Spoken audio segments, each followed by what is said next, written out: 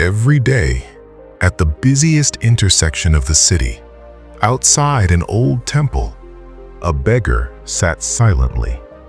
Dirty clothes, a long untrimmed beard, messy hair, a rusty metal bowl in his trembling hands.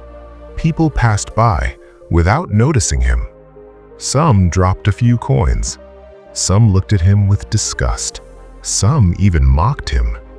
"If you're healthy enough, why don't you work?" they would say. But he never replied, not once. He simply sat there, quietly.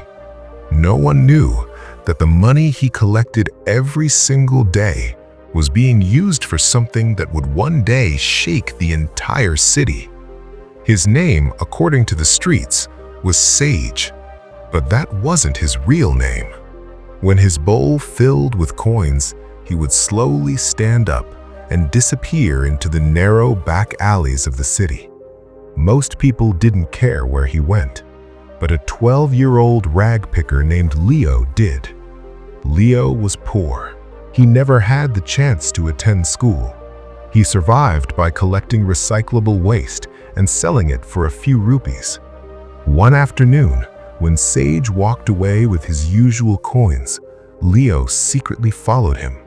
Through narrow lanes, past broken walls, into an old, crumbling building.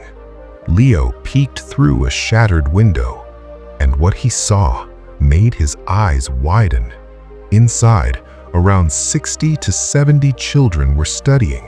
Their clothes were torn, their shoes were worn out, but their faces were glowing with happiness. There were books, small wooden desks, a blackboard covered in chalk dust.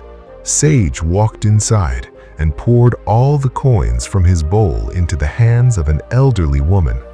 "May God bless you," the old woman said softly. "Because of you, these children can study." Sage smiled gently. "Just keep teaching them, Grandma. That's all I want." Leo couldn't believe what he had just seen. This man wasn't just a beggar.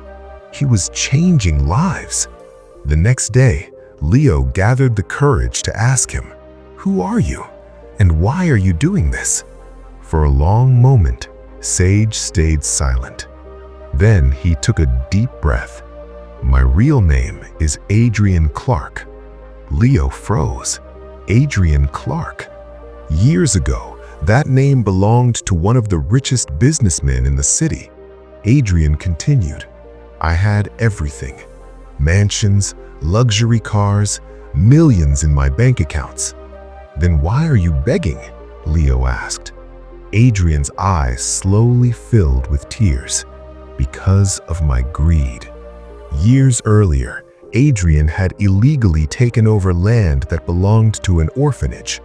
He demolished it to build a factory. But on the very first night after construction began, a massive fire broke out. Several orphaned children who had been temporarily staying in the old building lost their lives. Adrian made money, but he lost his peace. Every time he looked into the mirror, he heard their screams. "My greed killed innocent children," he whispered.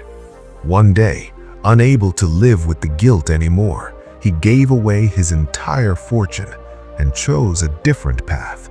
If he couldn't undo the past, he would build a better future. So he began begging, not for himself, but for children who had no one. Then one year, disaster struck. A massive flood hit the city. Homes were destroyed, streets were swallowed by water.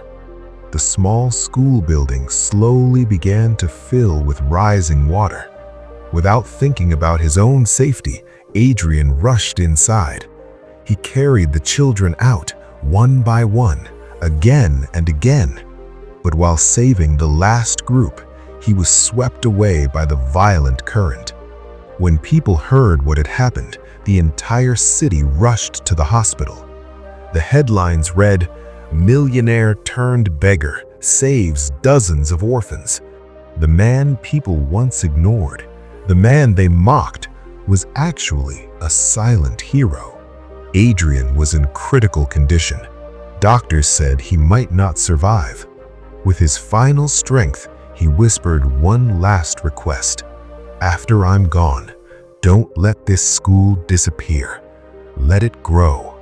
A few hours later, Adrian Clark took his final breath. The city mourned. People who once looked at him with disgust now cried for him.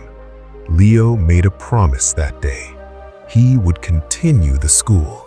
He began studying seriously, worked harder than ever, and years later, he became a teacher for the same children who once sat on broken benches.